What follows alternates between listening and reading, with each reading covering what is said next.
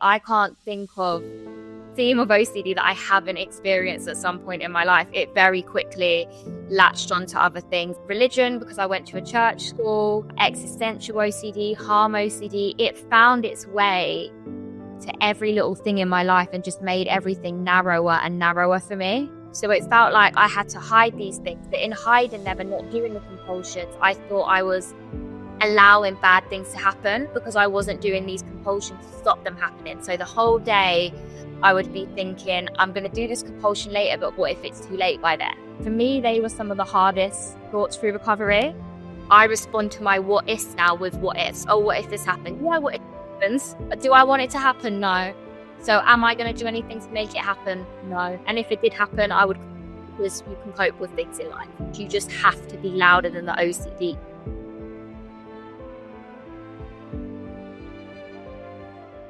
You've probably heard of OCD, but you don't know that OCD isn't really just about cleaning and organization.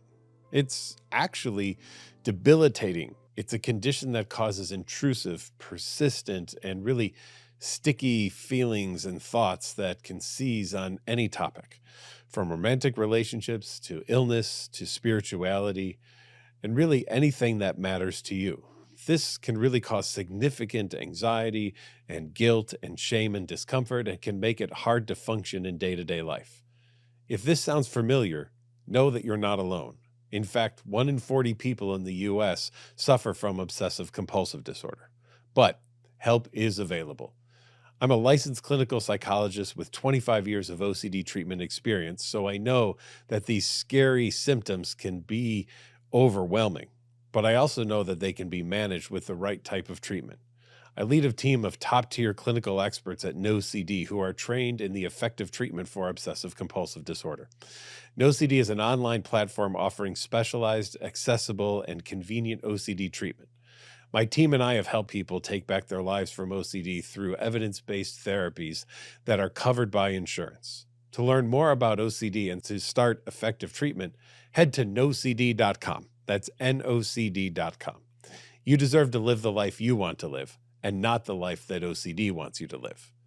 And don't forget to subscribe to our YouTube channel so you can stay up to date on our latest podcasts and webinars. Now, on to today's episode. Hi, everyone. Welcome once again to another episode of the Get to Know OCD podcast. I am so excited to be here today with Megan. Megan, how are you? I'm good, thank you. How are you? I'm doing very well. Thanks for being with us. I really appreciate it. And dealing with some time changes. We're happy to chat with you across the pond. So that is just wonderful. One of the things for me that is so exciting is to speak to people who have gone through treatment and want to tell their story and who take the initiative to say, hey, I don't want anyone else to live through what I had to live through. And that's what you've done. You've reached out, you've said you want to be here, you want to tell us all about you, what you've been through, how you became a conqueror of OCD. And I'd love to just hear from you, your history. How did OCD start in your life? What were your ups and downs of treatment? What finally led you to decide you were going to just go all in on the ERP? And what's it been like after that? So for me, my symptoms started when I was very young. I was around the age of 6. I'm 25 now for reference. And the first way it presented itself is my parents split up and my dad left. And all of a sudden I began kind of becoming fixated on the thought of my mum leaving or something happening to my mum passing away. And slowly these thoughts become, I have to do an action to keep her safe. So the fear become, okay, I can do something about it. And I began compulsions now as I can recognize them. And they weren't anything related to my mum. They were stepping my foot at a certain point on the door frame until it felt right, or looking back and forth behind the door, kind of like in and out a certain amount of times until I got the right number and felt like, okay, that's enough now. Everything's fine. She's going to be fine. And obviously not realizing at the time that the more I was doing this, the more I was feeding the OCD, and it just began to kind of take over my life, even at such a young age. Sure. And I love that example because I think it highlights the difference between OCD being seen as a logical problem versus an emotional problem. If OCD was a logical problem, you would have figured out that we could shut down every hospital in the world as long as every family member just went through the doors the right way. Nobody would ever get sick and nobody would ever die. You knew logically that probably made no sense, but felt emotionally as if you had to still do it anyway. And I wonder, could you talk to people just so they truly understand what's that war like inside of your brain on the logic versus the emotion? Yeah, it feels like for me in that moment there is no logic. I can't rationalize with myself. No one can rationalize with me. Reassurance isn't enough. It may be enough for just a split second, but then my OCD is louder. It's louder than me. It's louder than the logic I try to find. It feels it's so loud in your head that sometimes I want to cover my ears and just and drown it out, but I can't because it's in my head. It's like you're having a full-on battle with yourself. There's no logic there. There's no reason there. And like you said, even though, you know, the emotional side of things of, oh, it would be normal to be upset if your parents had split up and maybe worried at something that your mum might leave as well. It's the OCD that was making it illogical. The compulsions I were doing, there was nothing, you know, behind them. There was no reason why that would keep my mum safe. But in my head, it made sense at the time. And I was protecting her by doing those things. And I'm betting that it spread from your mom to other things like work or school or friendships. Did that happen as well? Yeah, it very, very quickly. I can't think of a kind of well discussed theme of OCD that I haven't experienced at some point in my life. It very quickly latched onto other things. And the biggest thing it latched onto for me, something that I kind of noticed persisted throughout my whole life, was a fear of choking, which I was told is responsibility OCD and somatic OCD, like a mix of both. And I went from being worried that I would choke on food to being worried that I would choke on small objects. I stopped eating any kind of solid foods. I stopped drinking. I lost so much weight. I was very unwell physically from the OCD. And it latched onto religion because I went to a church school. Existential OCD, harm OCD, it found its way to every little thing in my life and just made everything narrower and narrower for me. Were there times that it felt worse, that it felt a little bit better, or was there kind of maybe some ups and downs, but it seemed over time to increase instead of decrease? Yeah, growing up, I definitely feel like there were times it felt better. There were times where I felt like I look back and remember myself not being like unwell. I look back and remember kind of periods of my life where I seemed happy and seemed like I was doing okay. But definitely the majority of my childhood up until my diagnosis at 19, so for many years, was kind of just the OCD fluctuating a bit. Times where I was worse, times where I was better, but still not well, still not functioning like a normal child would be.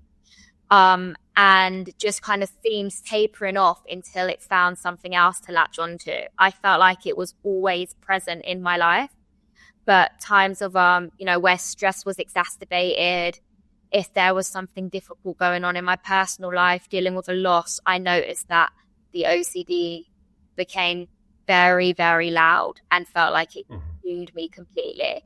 But it never felt like it truly stopped. I never really learned to coexist with it. It was always kind of controlling me. Sometimes children will do all they can to hide the OCD from their peers and might even save up in their head, all right, I've got to do that compulsion when I get home. And then once the door closes, unload on their family just this rash of compulsions. Did that happen to you? And how did you manage having friendships and OCD? Because that can be a real difficult thing, especially if some of those compulsions might be more outward or potentially embarrassing or something like that. Yeah, I found that really difficult as a young child and as a teenager. A lot of my compulsions were like physical, you could really see them, counting things, but having to count aloud, touching things a certain amount of times or until it kind of felt just right. Um, to do with my throat in the fear of choking, I would hack a lot. So I would have to clear my throat constantly. I couldn't swallow my saliva. I would have to spit my saliva out, constantly have to have tissues with me. And at the time, now I can speak about it openly and I'm not embarrassed. But at the time, I felt embarrassed being a young girl, feeling like people didn't understand what I was doing or why I was doing it, even me not understanding it. So it felt like I had to hide these things. But in hiding them and not doing the compulsions, I thought I was allowing bad things to happen because I wasn't doing these compulsions to stop them happening. So the whole day I would be thinking, I'm going to do this compulsion later, but what if it's too late by then? And then by the time I came home, all my mum or siblings would hear about is at the time anxiety, because that's what I was diagnosed with and would call it, but now recognizing as OCD, asking for reassurance constantly, asking them to watch me while I do the compulsion sometimes to make sure that I'm doing it right, or just to feel like I can see nothing's happening to them as I'm doing it, and trying to not show my friends, but at times actually being so scared that I have to ask my friend for reassurance. So I remember saying in primary school, I was experiencing like sexual orientation OCD Mm-hmm. at such a young age as well, that it was quite confusing for me because I didn't know I had OCD for one, and two, I experienced intrusive thoughts as really horrible thoughts. Whereas this didn't present itself as a horrible thought. It was more of I feel confused and I'm not sure. Now I look back and recognize it was OCD because of how it constantly presented itself with what if and compulsion to Yeah. utilize it. But I remember at the time actually saying to a couple of my friends, even in primary school, oh, did I hug you too long when you hugged me? Um, is it okay if I go and get changed in the bathroom for PE? Like I didn't want to get changed in the PE changing room. And just things like that, saying to them, I'm going to ask you this, but I don't want you to ask me why I'm asking you it. Please don't say anything. I just want to ask you and you tell me the answer and that's it. And, trying to seek reassurance because I had to, but in a way where I didn't have to tell them anything that was going on in my head.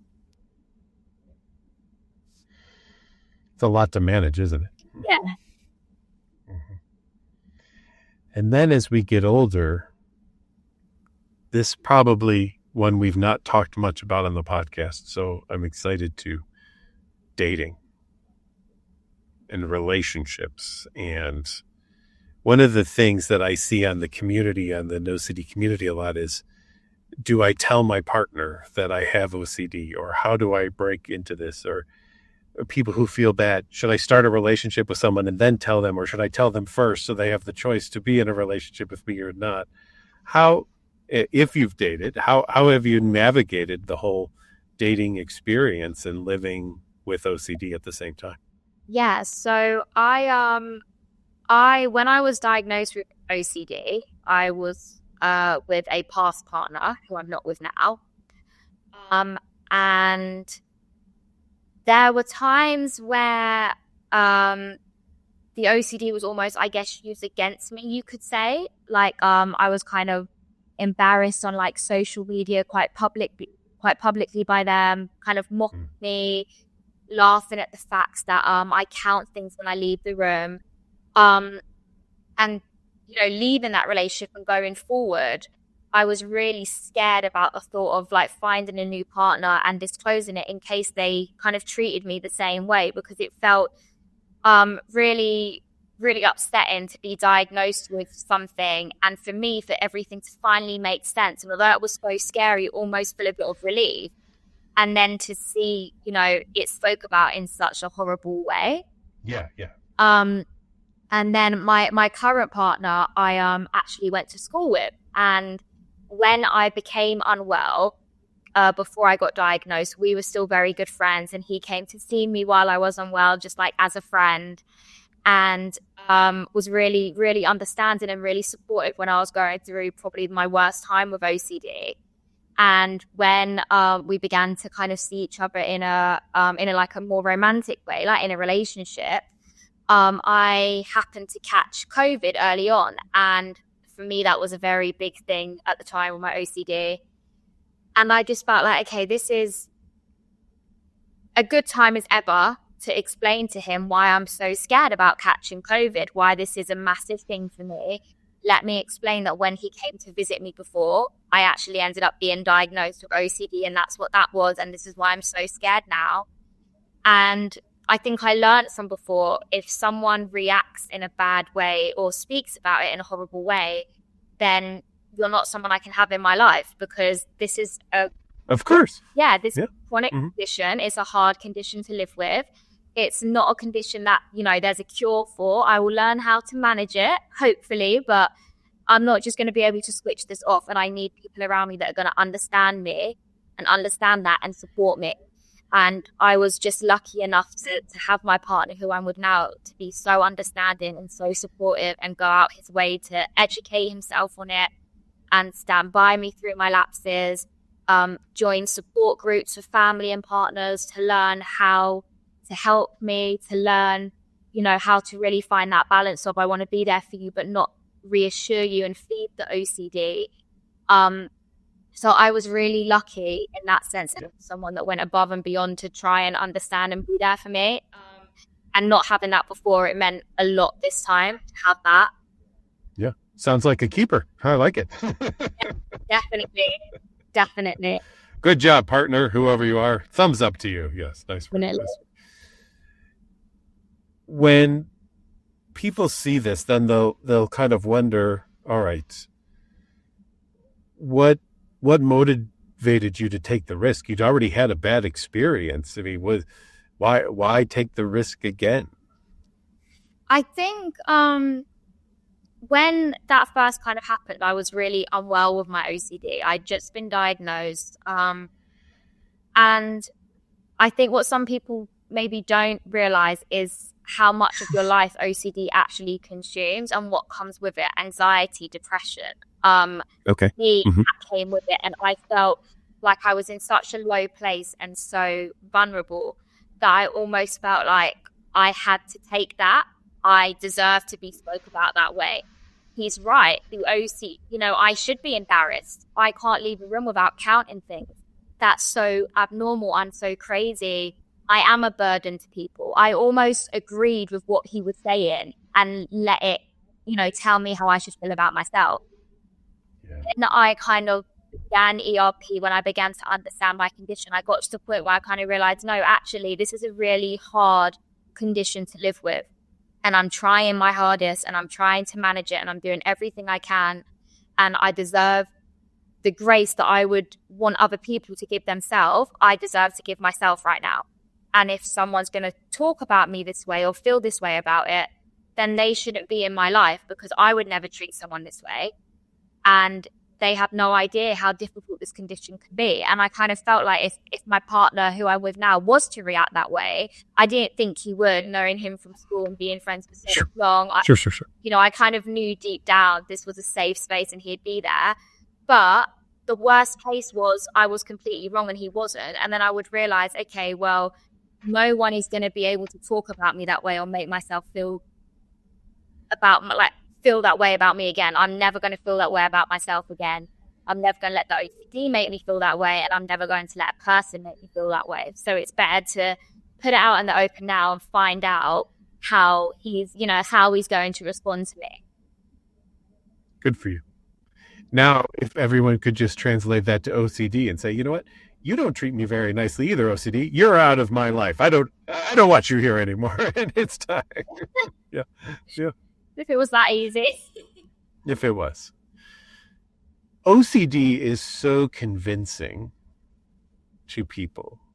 And now that you've come through treatment, I wonder if you could share with everyone, what's it like to look back on that young woman who is trying to leave a room but hasn't counted quite right yet, and do you even recognize her anymore? What's that relationship you have with your past self to where you are today? Yeah, it's sometimes it's quite almost bizarre to look back and remember those things. Or I had to film myself to make sure I wasn't swallowing things, and then I would have to watch the video back again and again. So there's times where I've come across those videos, and there is a massive part of me that feels like I don't recognize that person. I don't Mm-hmm. Mm-hmm. recognize that shell of a person. That's not me. I was just a shell of myself. My OCD completely controlled me at that point. But then there's times where I go through lapses, and all of a sudden I feel like I'm that person again, even though I'm not, because I have the skills I've learned in ERP. I have coping mechanisms. I have things to help me manage that I've taken along the way with me. I'm not that person, but I almost feel like I become her again so quickly. When I become unwell, I feel like I look back and remember that person and think I'm her all over again. But sometimes when I'm doing, considerably well, I do look back and think, wow, I don't recognize that person who didn't even want to live at that point because of how bad her OCD was. And I'm so kind of grateful for that person I am now. Yeah. I look back. Is that frightening though, to when you're having a lapse? Because everybody fluctuates, whether you have OCD or nothing, or depression or substance use, we all have these fluctuations. Is it ever frightening, or does that OCD almost feel alluring ever again to be like, hey, guess what, Megan, you can always come back, where the door's always open if you want. It definitely does feel frightening. So like you said, obviously it fluctuates. And then times where I feel little spikes and I'm like, okay, well, I know what this is. I know how to manage it. But since kind of being diagnosed, I had one really quite bad lapse. And for me, that was so frightening because it felt like I was heading to a place that I never thought I would be again. I felt like the usual times where it spikes and I'm louder than it, this time it didn't feel like I was louder than it. And it felt like it was slowly taking control. And like you said, it was kind of luring me in, but I felt like I began to give in to it. And I was letting it get louder and louder. And, I used everything I had learned. I went back to treatment. I knew what to do to handle it this time and not let it get to that point. But it felt really, really scary going through, quite a bad lapse, because I felt like I was going to end up in this place that I never, ever thought I would be again. All the other times I kind of let it creep in a bit, but feel like I manage it. I realize I can't afford to let it creep in a bit because all those little times build up to that lapse. And it was that lapse that really made me realize I have to take everything I've learned with me and really hold onto it, because it was scary. Yeah. And it means vigilance for the rest of your life, right? Because OCD will send out little tendrils to, let's see if we can get in that one, or if we can get into there, isn't it? Yeah. And that, for me, that was something that I did find hard to accept with OCD, kind of having to accept that actually this is a condition where it will try its hardest to get back. And especially when there's points in my life that are stressful, like you said, everyone fluctuates when things are going up and down, accepting that I have to be more aware that my OCD could try and present itself. And there was a point where I was kind of living in fear, it felt like, because I felt like I was doing well, but was waiting for it to come back. I felt like it was just around the corner and it was going to find its way back. And it felt like I was just living in fear for ages, because it's always something I have to be aware of. And then when I wasn't aware of it, I'd be like, oh, we're not aware of it. You need to make yourself aware of it. Make sure you're not giving into these thoughts. Make sure you're not doing compulsions. So it felt like I couldn't win for a while. Right. Like there was just no escape, because even when I'm living my life, I'm scared that I'm not thinking about it. And if I'm not thinking about it and not preventing it coming back, maybe I'm going to let it get in and I'm not even going to realize. So for a while, it was really hard to accept that I'm going to have to kind of deal with that back and forth in my head for a long time. I found it hard to kind of come to terms with that. OCD is a real jerk, right? If you're thinking about me, and if you're not thinking about me, you know, that kind of thing, right? I mean, you don't win with OCD, do you? Yeah. No. And that's so hard for some people who are used to, here's a problem, here's the solution, we conquered it, we move on, versus here's the problem, I'm going to be living with this the rest of my life now and figuring out a way to not let it run everything. Yeah, definitely. It is hard to accept and scary sometimes to accept that this is a condition where, there's not just a magic cure for it. It doesn't necessarily go away. You just learn to manage it and you learn to live with it and you learn to kind of coexist without letting it take over. But Yeah. sometimes the thought of that is draining. Sometimes the thought of, you of course constantly have to have this thing and remember all these things you've learned. There are days where you just think, oh, this is exhausting. I wish this thing wasn't there to do this to me constantly. Even when you're going through a really good kind of time, you still have moments of thinking, oh, this could come back. This is my life. And it is sometimes scary to think and hard to adapt. Normally when I get to the end of an interview, and we're not at the end of the interview, but I will ask, what is the advice you would give? But I want to do a different advice ask to you. So that's why I'm moving it up to earlier. And that is, you have this experience of being a child and an adolescent with OCD, looking at not only yourself and how you had to live with OCD, but obviously your parents had to, just deal with all of this.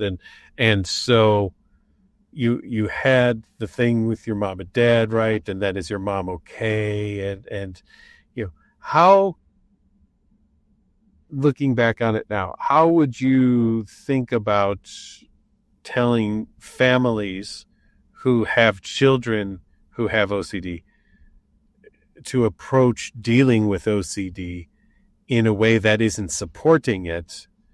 Because so many families get in the notion that, oh, I feel so bad for my child, they're suffering.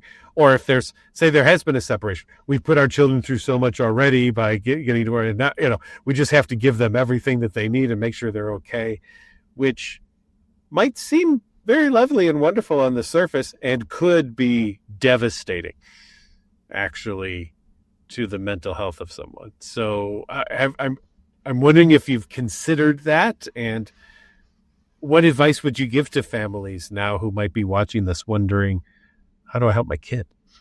Yeah, no, it is definitely something I've thought about, especially with my family joining support groups to learn how to support me after my diagnosis, because similar to what you said, they would reassure me, tell me everything's okay. Of course, my mom will never leave. Nothing's ever going to happen to my mom, because I was already so upset about my dad leaving. But actually, what they were doing was giving me certainty that they can't give me. I don't want anything to happen to my mom, but could it? Yeah.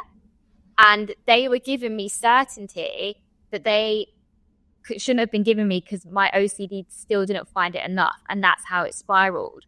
So I would say there's a really, quite a thin line, a gray area between understanding that your child has OCD, understanding that these thoughts that they're having, they're not necessarily, in control of. This is their OCD speaking, not them. And it's important that they feel like they can speak to you and have a safe space and know that they're understood, and know that, if they're having thoughts that are considered like taboo, that they can speak to you and know that it's their OCD, but also understand that as hard as it is, because it is hard, especially if you have young children, seeing them that upset and distressed. But if you do give certainty, it does just feed the OCD. It feeds it and feeds it. And I think learning a way to approach it that is still being supportive, but not giving certainty. Like my family began to say things to me like, why don't you try and answer that question, Meg, before I answer it for you? Why don't you try? Mm-hmm. So they weren't shutting me down. They weren't dismissing me. They weren't making me feel scared, but they were just saying, okay, you're asking me for certainty. Why don't you try and think about that question and answer it first? And when I was younger, that was one that I found helpful because they didn't know they didn't know I had OCD at the time. But even just for anxiety, they had, been looking at things themselves and kind of thought, okay, we can't give her constant certainty. So they kind of took it upon themselves. And I found that approach really helpful because it wasn't like, oh, be quiet, go away, stop asking me these things. It was still Yeah. there for me. They would be present while I answered the question, but they weren't doing it for me. And Sure. I think things like that are helpful. Helpful and still sucked, according to your OCD at the same time. I'm betting, right? Yeah. And angry, you feel like they don't care. They're not keeping me safe. If they cared, they would be giving me the certainty. I need it. You crave it. You literally crave the certainty. And when you don't get it, you get so frustrated. Even now at this age, I get frustrated sometimes with my partner or my mum if I'm having a really bad time and I say, oh, but what if, and they say, yeah, what if, Meg? What if? And I get so upset because I'm like, no, you can't say that. I really need you to tell me it's okay right now. And they've learned that unfortunately they can't. And it's really hard, especially with young children, because the last thing you want is to see your young child so upset and so stressed. But I would definitely say if, anyone's watching and their children have OCD and their children are seeking like support for OCD, sometimes it can be really helpful to speak to the professional their child is seeing and ask how to navigate it, how to find that line between I'm being supportive and I'm there for them, but I'm not going to feed into the reassurance, because it is hard, but unfortunately it's something you have to learn how to do. Otherwise, the OCD just grows and grows and grows. Yeah, OCD doesn't like to go away, does it? No. One of the things I like to say is OCD does not have your best interest at heart, even though in the midst of it, you're very much convinced that it does. Could you give us I'll ask for a somewhat definitive, because there's never a definitive answer, but did OCD ever improve anything in your life whatsoever, or did it only get in the way? It only got in the way. It's never improved anything. All it's done is stopped me living my life and functioning like many other people my age. That's all it ever done for me. Yeah. And sometimes we hear these tropes like OCD is a superpower. I totally disagree with that. What I say is the stamina you learn to face OCD and the ability to take that into the rest of your life to take on challenges, that's your superpower, right? But OCD is not your superpower, because then that leads to everybody wishing they had OCD. And I bet you have heard throughout your life, man, if I just had a little OCD, or, oh yeah, you've got OCD. Oh, I have OCD too. Yeah. How do you deal with that as a person living with OCD? Do you use opportunities to educate folks? Obviously, you're doing that here today, which we're so appreciative of, by the way. But how do you do this in your day-to-day life? Yeah, it's definitely something I've heard a lot. At university, I was training to be a teacher on placements. If I would disclose my diagnosis, I heard so many times, oh, but your desks don't seem that tidy. We won't do that display then, because I know you said you got OCD, so we'll let you do it in case you want to make it look a bit neater. And what I do is I try to remember, one, to not take it personal. I try to remember, okay, they don't maybe understand OCD. So they don't realize, how harmful what they're saying actually is, to throw this word around. So rather than feeling like really upset or really frustrated by it, I try to remember, one, okay, they just maybe aren't as educated on it or haven't had an experience with it. And two, that this would actually be a great opportunity to share some information about it. And that could go such a long way, whether it's they meet someone with OCD one day, or whether it's they recognize it in a family member, or whether it's just for themselves, they now have more knowledge on this thing. So I always try to say, I try to laugh off it and be like, oh, yeah, but actually that's not like what OCD is. For me, this is kind of how I experience OCD. And there are types of OCD where you want things a certain way or you're worried about germs, but it's a lot more severe than that. And it's not fueled by like, oh, happiness, I'm so tidy. It's fueled by this terrible, terrifying thought, this relentless thought. So even those that experience OCD and wanting things a certain way or fear of germs, it's really important to differentiate what's fueling those thoughts. And I always try and make that really clear when talking to people about it, that, yeah, there are types of OCD like that and themes like that, but you really need to remember where it's coming from and what's fueling it. And that's the big differentiation. So I do try every opportunity I get, not in a patronizing way, just in a way of saying, oh, actually, this is kind of how I experience it, and this is a little bit more about the condition. And it's been really nice because a lot of people who I've had that conversation with, who have like been around me at work or like different environments, have actually gone and looked up more things themselves and learned a little bit more about it, and have said to me that they've kind of learned a bit more about it and didn't realize that's what it was. So that's been really nice to feel like people have learned a bit more and, could even see it in someone around them, or, even if they ever experience anything themselves, just being aware that this condition is that and it's so misunderstood. Yeah. How do you deal today with the backend spikes, right? OCD will say, well, now that you're not worried about that, you must want that, right? Now that you're not worried about something bad happening to your mother, it must mean that you're okay with things happening to your mom. So wouldn't it be best to start worrying about your mom again, right? Yeah, those are definitely, for me, they were some of the hardest kind of thoughts through recovery was, so if I'm not doing this compulsion, does that mean I don't care if it happens? If I'm not constantly thinking about this thing or doing something to prevent it, does that mean I want it to happen? With loads of different things, harm OCD, with choking, if I'm eating now, is that because I want to choke and I don't care if I die?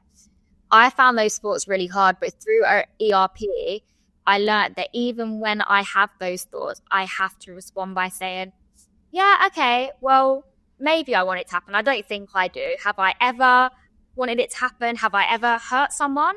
Have I ever not swallowed my food because I want to choke? No. So really, the chance of me wanting it to happen are really, really small.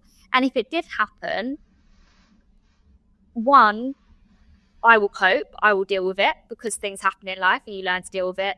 But two, was me doing that compulsion really going to be the one thing that stopped it? I kind of have to respond and say, yeah, maybe. And then my OCD will say, yeah, but maybe that compulsion will be the one thing that stops it. And then I have to say, yeah, maybe, but I'm going to have to take that chance and find out. I have to completely, I have to sit there and have an argument with myself. It's, I feel like people without OCD or, similar conditions won't quite understand what I mean by saying that, but you literally are sitting there arguing with yourself, having a conversation with yourself. But sometimes you have to do it because you just have to be louder than the OCD. You have to keep reminding yourself of all those things. I respond to my what ifs now with what ifs. Oh, what if this happened? Yeah, what if it happens? What if it happens? Do I want it to happen? No. So am I going to do anything to make it happen? No. And if it did happen, I would, because you can cope with things in life. So I try to respond like that to those kind of backdoor spikes, and just not let the OCD get the satisfaction of tripping me up like it's trying to do. You could have just stayed in silence, lived your life. You didn't have to come and tell your story, put yourself on a podcast labeled Get to Know OCD and your face being strewn across it. Why? Why be here? Why do this? So I've always wanted to speak about my OCD just because growing up, experiencing some of the thoughts I did, not recognizing it as OCD, I felt like if I was diagnosed earlier and began ERP from a younger age rather than starting therapy at the age of 6 and being in and out of it until I was 19 before beginning ERP, maybe I would have learned to manage my condition earlier and not thought I was this terrible person for all those years. So my first reason of wanting to talk about it was hoping that if even one person experiencing that at any age hears this and thinks, oh, that sounds like what I'm going through, maybe they will get the correct diagnosis and the correct support. And the second thing was when I went through the lapse that I was talking about, the kind of the worst lapse that I've had, I thought it's just as important to talk about those hard times and talk about those lapses as it is recovery. It's really important to share your recovery story and share hope and let people know it gets better. It's also important to talk about the fact, yes, you may have a lapse along the way and it can be difficult and it's not always going to be linear, but you still will deal with it. So I actually first began talking about this while discussing like my experience of my lapse, because when I first had it, the few people I found talking about when they had a lapse, for me was like, okay, I'm not the only person that's gone through this. I'm not a failure. My OCD hasn't won. I haven't forgotten everything. This happens. You have little lapses. Okay, you'll get through it. So I just also wanted people to be able to hear if their progress isn't linear or they're having a bad time at the moment, that's okay. And it's normal and it's okay with this condition and you do get through it. What makes OCD so believable to people who have it? Oh, for me, what makes it so believable is just it attacks a lot of things that I really care about and don't want to happen. Yeah. So I don't want to choke and die. I don't want my mum to die. I don't want to hurt. Could we do a poll? Would anyone like to choke and die? Just anyone raise your hand. Is there anyone?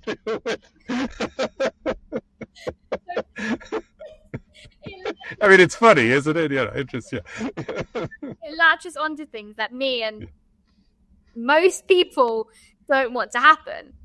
And because of that, it feels so real, because you're like, there's no way I would have such a horrible thought if I didn't really want it to happen. There you go. Yeah. There's no way I would have such a terrible, disgusting, scary thought out the blue for no reason if I didn't want to. I control my thoughts. I've made this thought come in because I was subconsciously thinking about it and want it to happen. And then how scared you are of the thought makes the OCD think, oh, we found something that they're scared of here. And it just makes it bigger and bigger and bigger. Yeah. And they could be some of the most randomly strange, weird things too, can't they? Yeah. I've had completely random thoughts before, thoughts that you initially think don't fit into like a theme of OCD, thoughts that have completely come out the blue. Nothing's been happening around me, no idea where they happen, and they just happen. And one of the biggest things that I've learned to do is to stop trying to find a reason for having that thought or where it come from. I would spend so long trying to figure out what made me have that thought, because maybe if I can find the root of it or find what triggered it, I'll be able to convince myself I don't want it to happen. It wasn't somewhere in my subconscious and I was thinking about it without even realizing something triggered it. I've learned to not do that and just accept OCD will make the most random thing come into your head and the most horrible thing sometimes. And you just have to say, yeah, okay, here you go again, try again. So what? You just have to look at it like that, even though it's hard. Yeah. Saying maybe to something or accepting something doesn't have to equal wanting it or hoping for it, right? Exactly. Saying, oh, maybe that will happen doesn't mean I want it to happen or that I'm going to go out my way to make it happen. If anything, the fact I'm so scared of it should tell me I'm not going to go out my way to make it happen. But does that mean it will never happen? No. So I need to accept that. And I even began giving myself uncertainty with the most kind of mundane things, like, oh, what time are we going out tomorrow? And my partner or my mum will say to me, oh, not sure. Even though that's not related to my OCD, they just wanted me to have to sit with certainty in every aspect just to realize it's going to feel uncomfortable, but nothing actually happens. Nothing bad can happen. The worst that could happen is you feel uncomfortable for a while. And so you've learned to live with uncertainty. Yeah. I've had to, and I still, have moments where it's really hard. Yeah. You have to kind of accept that the more you seek certainty, the louder the OCD gets, the more you feed it. And when it realizes it's not scaring you anymore, and you're just saying what if back to it, it tends to start to quieten down after a while. All right, so now we're at the end, and now I can ask you the usual ending question, which is, there are people watching today who are back and forth in their head about doing treatment, not doing treatment. Is it worth it? It's scary. It's frightening. Give us your motivational speech for them. So definitely it is scary and it is frightening, but so is OCD. Living with OCD is also scary and frightening. And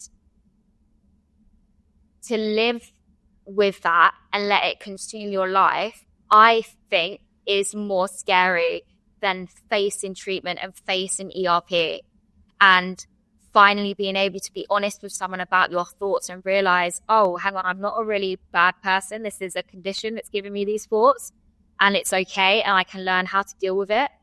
I think living with OCD is like a horror story, and ERP feels that way sometimes. But there is a way out. And if you just keep letting the OCD consume you, it just gets bigger and bigger. And treatment it's so important, I think, to seek treatment, because even therapy for like anxiety, like generalized anxiety disorder, doesn't necessarily do what it needs to do for OCD. If anything, it can feed it, because you're talking about so much. So it's really important, I think, that you seek the correct treatment as well and have to have ERP and face how scary it is, but know that it's scary temporarily and then you're going to get your life back, rather than your whole life just being so scary and terrifying because of OCD. So ERP can really be a lifesaver then? Yeah, I found ERP a lifesaver for me. I think it saved my life on several occasions when my OCD completely consumed me, made depression and anxiety come in. And even, my OCD even tried to ruin ERP for me or make me scared of taking medication. It tried to get in the way of me getting treatment, but you have to stand up to it and realize that you're worth it and you deserve that treatment. You are worth it, Megan, and thank you for doing what you've done today and sharing your story with everyone to help motivate others and for families to truly learn and understand what might be going on with their children and how they can be the most helpful. So I really appreciate your time. Thank you. Thank you so much for having me. Awesome.